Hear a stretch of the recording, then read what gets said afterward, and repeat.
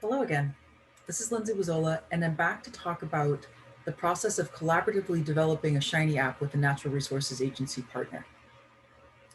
So, throughout this example today, I'm going to talk about an app that was designed to help a state agency manage ringneck pheasants in Nebraska.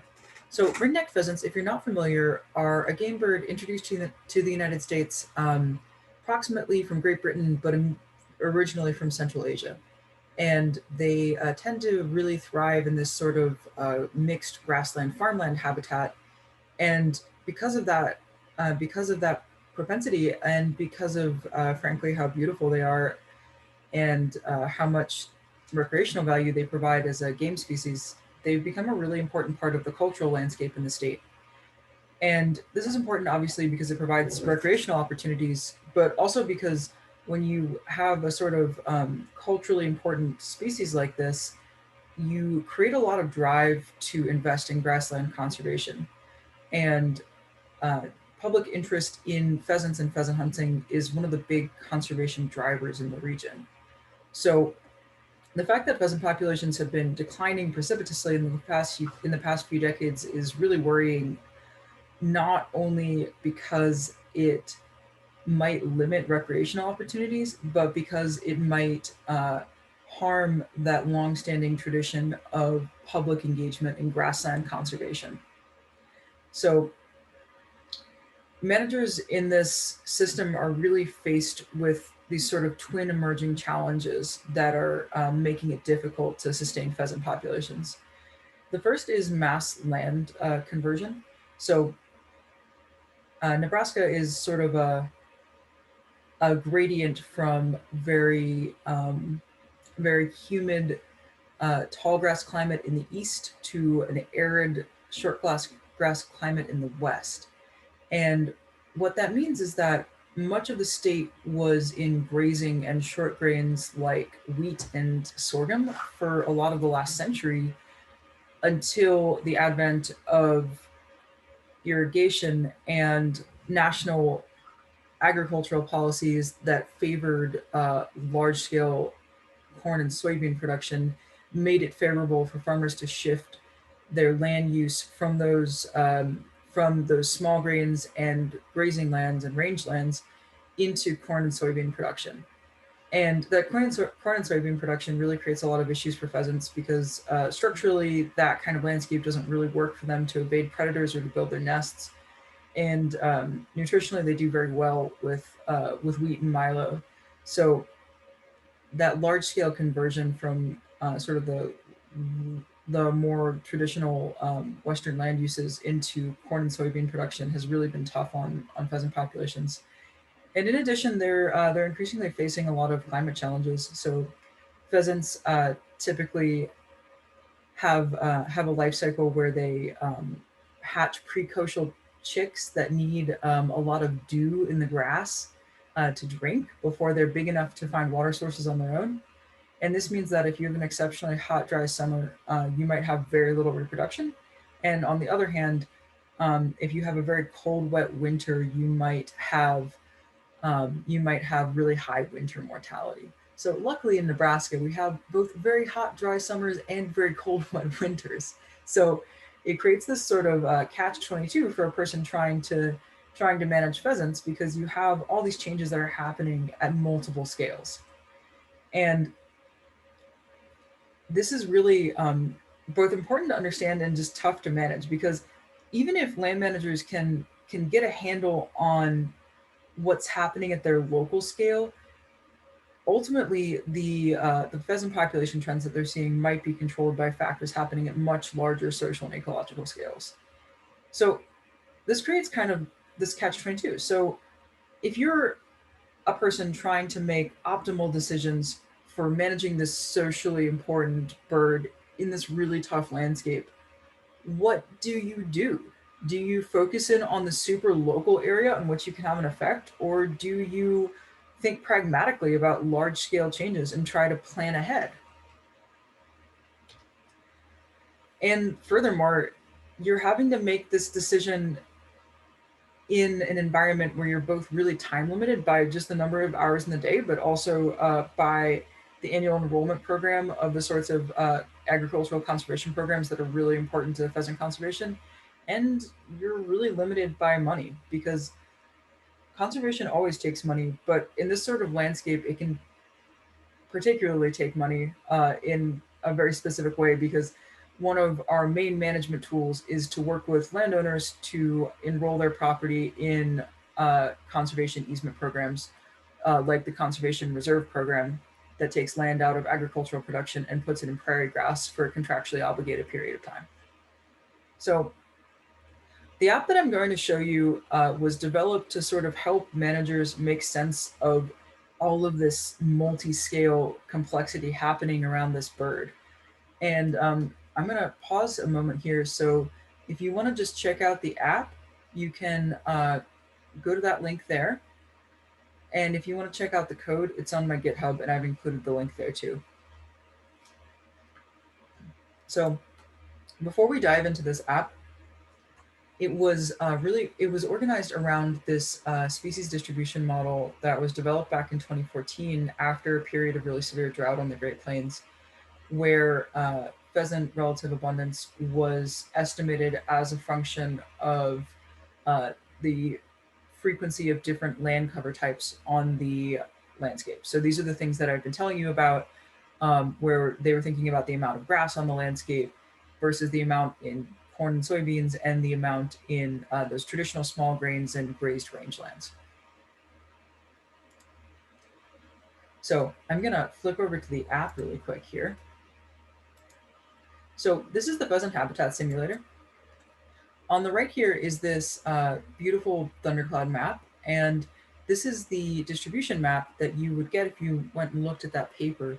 So more red and yellow means higher pheasant relative abundance, and more blue and white means lower pheasant relative abundance. Over in this side panel here, we have instructions of how to use the app, instructing users to check out all the different functions. And if we come here to this custom management tab, users are prompted to select a county. So we'll select, Hitchcock, which is a county that tends to have a lot of pheasants.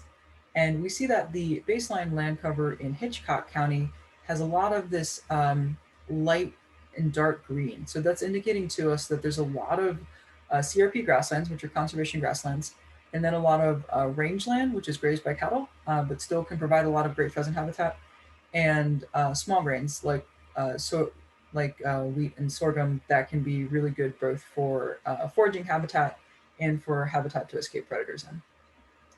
And then if we come down here to this suitability surface, it's important to note that both of these are not any particular place. They're just sort of a graphical representation of the relative frequency of these things. So if we come down here, we see that overall Hitchcock County is excellent pheasant habitat. That's all deep in the red. Maybe we might try to make it a little better and decrease some of those row crops and make a little more small grains. And yeah, there we go. We see that the graph turns darker red and it becomes even better pheasant habitat. Now, if we come over to Lancaster County, which is the county that I currently live in, where Lincoln, Nebraska is. So we see that our picture is not nearly so rosy. We have a lot more other, which means urban here, and a lot of trees, which pheasants don't particularly care for, along with a lot of row crops, so a lot of corn and soybeans. And we see as a result that our habitat quality and our pheasant relative abundance is poor. So we can experiment with these sliders over here, and I'm gonna make a bunch more conservation grasslands and turn down the row crops.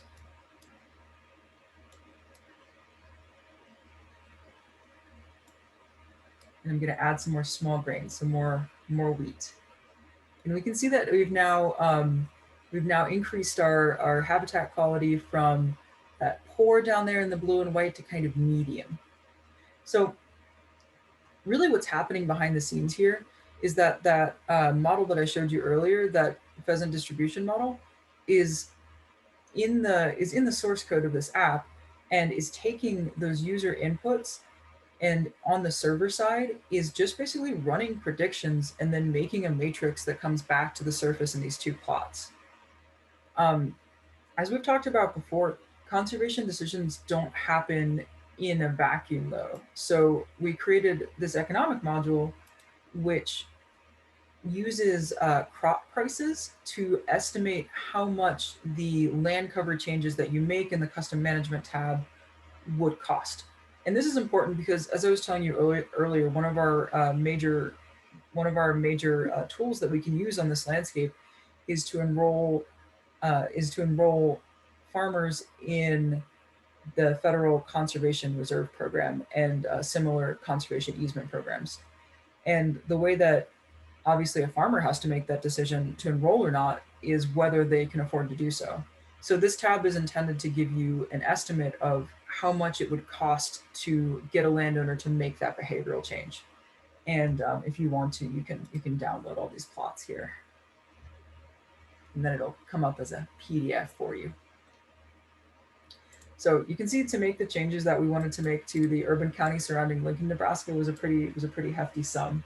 So I think that would be a bit of a hard sell to a local conservation office. If we come over here to the About tab, we just have a well panel here with a bunch of different links to different folks' addresses and such, and code of the GitHub. And then there's a citation for the paper, and our logos of all our different cooperators. So that's this app on the surface. Now I want to dive into how this app relates to some of the topics that we were talking about earlier with structured decision making. So if you remember our structured decision making framework, we define a problem in consultation with the different stakeholders in the system. We solicit from them their objectives, things that we want to accomplish. We make different possible courses of actions, our alternatives. We use our scientific evidence to anticipate the consequences of our different alternatives. We evaluate the trade-offs, including uncertainty, of taking different actions. And we decide and take action, and more often than not, we end up having to sort of reevaluate again in the near future. So this decision process was not exactly a formal structured decision-making process, but we still definitely found ourselves walking through each of these steps. And I'm going to show you how each of these items sort of ends up matching up to an element in the app. The problem was so clear to us that it almost didn't need to be defined. So as I said at the top of the talk, pheasant populations have been steeply declining. Once upon a time, that whole area circled in the red would have been prime pheasant habitat. And now the core of the pheasant range has sort of retreated into southwest Nebraska, which is that arid high plains region, which I totally recommend visiting if you love open spaces. Working with our managers, we managed to come up with a set of objectives that would define the way that you interacted with the app. So the objectives that we came up with in consultation with our managers were to increase pheasant relative abundance and build and maintain landowner relationships. Because Nebraska is 97% privately owned, having those longstanding relationships with private landowners is super important to getting habitat for pheasants and other grassland species on the ground. So it's really important that whatever actions we take are at least maintaining and facilitating those relationships and hopefully building and strengthening them. We really expressed our alternatives using these two tabs here. So if you remember the custom management tab, which is the custom management tab, which is the tab where we can manipulate land cover values. This is really a sort of continuous way of expressing an alternative. So really what you're saying here is, what if I decreased row crops by 10%? What if I increased small grains by 25%? You're telling the app different possible courses of action, and it's telling you the likely outcomes of your action based on its scientific understanding. And then, of course, we're evaluating the consequences of those actions and the trade offs inherent in them using that economic component. So, as we talked about extensively, doing conservation in this kind of landscape gets expensive in somewhat unexpected ways. So, it's really important to understand the economic trade offs of what you're doing and to understand how much it might cost to enroll different amounts of land in different conservation programs. And then finally, after this whole process, they did end up taking some action, and I think it's actually quite interesting what the state agency decided to do. So as we looked at a little bit when we were playing with the more urban counties on the eastern side of the state, making any substantive change to habitat quality in that area is going to be very, very expensive and difficult, which makes it a really tough sell for biologists who are working on limited resources. So instead of investing a ton in fragmented habitat in the east, they put a ton of energy into opening up new sites in the arid southwestern part of the state.